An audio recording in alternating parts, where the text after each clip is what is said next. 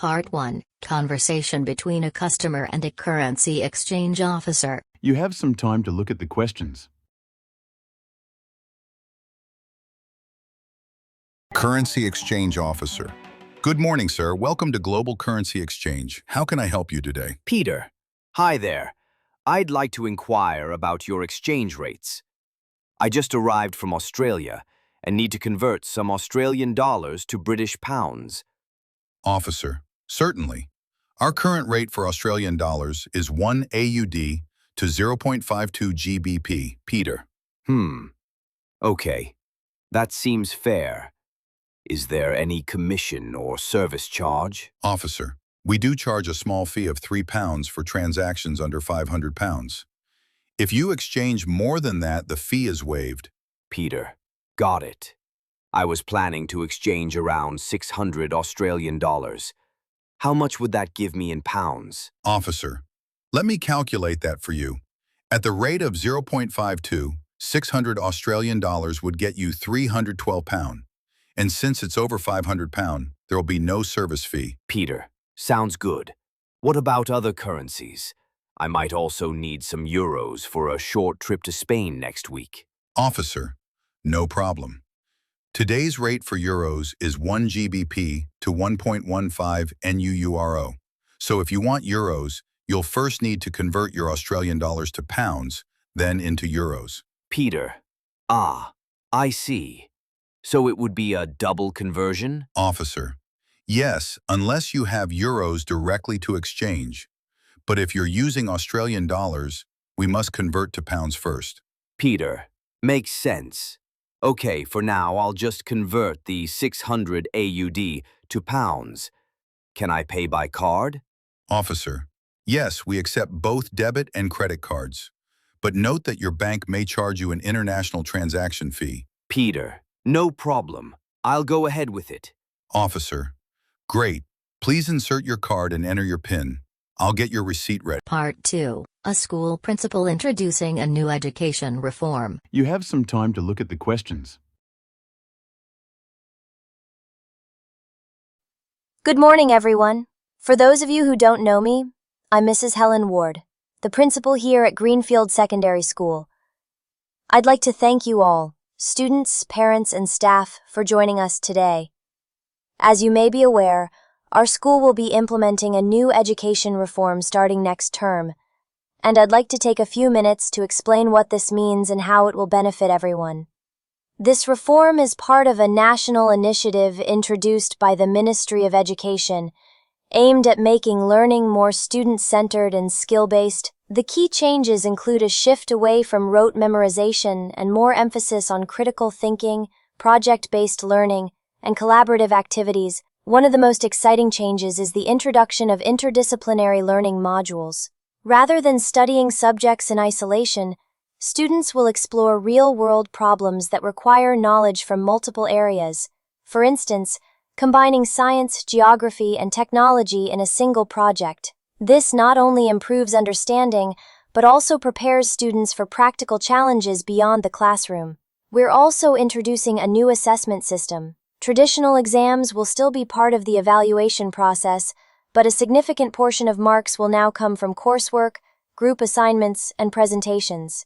This will help students who may not perform well in timed tests, but excel in other formats. To support these changes, we've updated our school timetable to include weekly project labs, where students can research, experiment, and present their ideas. Teachers have undergone special training to guide this new approach, and we're confident it will lead to better student engagement.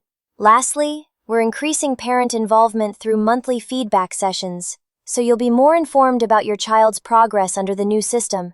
I understand that change can be challenging, but we believe this reform is a positive step towards modern, holistic education. We'll be providing more details in the coming weeks, along with Q&A sessions for anyone with concerns. Thank you for your attention, and we look forward to working together to make this a successful transition for our students. Part 3, A debate on whether research should focus on theory or practical application. You have some time to look at the questions. Part 3, a debate on whether research should focus on theory or practical application. Speakers, Tom and Nina. Hey, Nina, have you finished preparing for tomorrow's seminar on research priorities? Almost. I've been reading up on the argument about whether research should focus more on theoretical knowledge or practical application. It's a tough one. I agree. Personally, I think research should focus more on practical outcomes. I mean, what's the point of all that knowledge if it doesn't solve real-world problems? That's true. But without theoretical research, practical solutions wouldn't even exist. Take Einstein's theories. They seemed abstract at the time, but they formed the basis for modern technology. Fair point. But I still think there's too much emphasis on pure theory. Universities pour millions into studies that may never have any real-life use. Isn't that a waste? Not necessarily. Sometimes the impact of theoretical work is only seen years later. And also, theoretical research helps build a foundation that others can use for practical innovations. But what about funding? Shouldn't governments and organizations prioritize research that tackles current issues like climate change or public health? Absolutely, applied research is crucial for that. But even in those fields, you still need theory, like understanding how viruses evolve or how ecosystems interact. True. I guess a balance is needed. Still, I feel more funding should be directed toward solving immediate problems. Maybe, but if we ignore theory, we might miss out on breakthroughs that only come from deep, abstract thinking.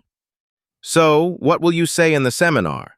I'll probably argue for a balanced approach, one that supports both theoretical foundations and real-world applications equally. How about you? I'll push for more practical research, especially in areas with urgent needs. But I'll mention your points too, just to keep it fair. Sounds good. It'll be an interesting discussion. Part 4. How green buildings can reduce energy consumption. You have some time to look at the questions. Part 4. How green buildings can reduce energy consumption. Lecturer. Good afternoon, everyone. Today we'll be discussing how green buildings, also known as sustainable buildings, can significantly reduce energy consumption. This is a crucial topic, especially in the context of rising energy costs and global efforts to combat climate change. Let's begin by defining what we mean by green buildings. These are structures designed to reduce the overall impact on the environment and human health by efficiently using energy, water, and other resources. They also aim to improve indoor air quality and reduce waste and pollution. Now, energy consumption in traditional buildings is typically very high. Heating, cooling, lighting, and equipment operation account for a large share of energy use. In contrast, green buildings incorporate passive design strategies.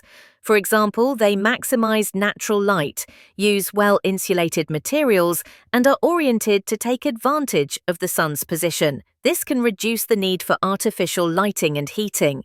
Another important feature is the use of energy-efficient systems. These include LED lighting, solar panels, and high-efficiency HVAC systems. Many green buildings also include smart controls that automatically adjust lighting, temperature, and ventilation based on occupancy and time of day. A key element in reducing energy consumption is building materials. Sustainable buildings often use recycled or locally sourced materials, which require less energy to produce and transport. Moreover, materials like reflective roofing and thermal glass help to regulate indoor temperatures naturally.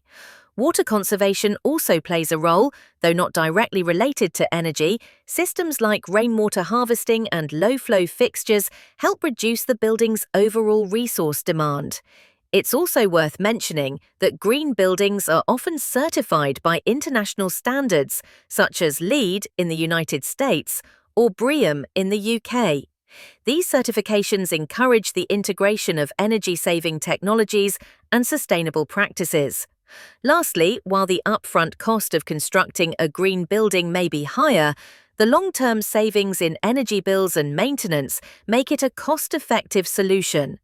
Additionally, green buildings increase property value and provide a healthier environment for occupants. In conclusion, green buildings play a vital role in reducing energy use through design, materials, and smart technologies. As architects, engineers, and policymakers, understanding and applying these principles is key to building a sustainable future. Now it's time to check your answers. You can pause your video.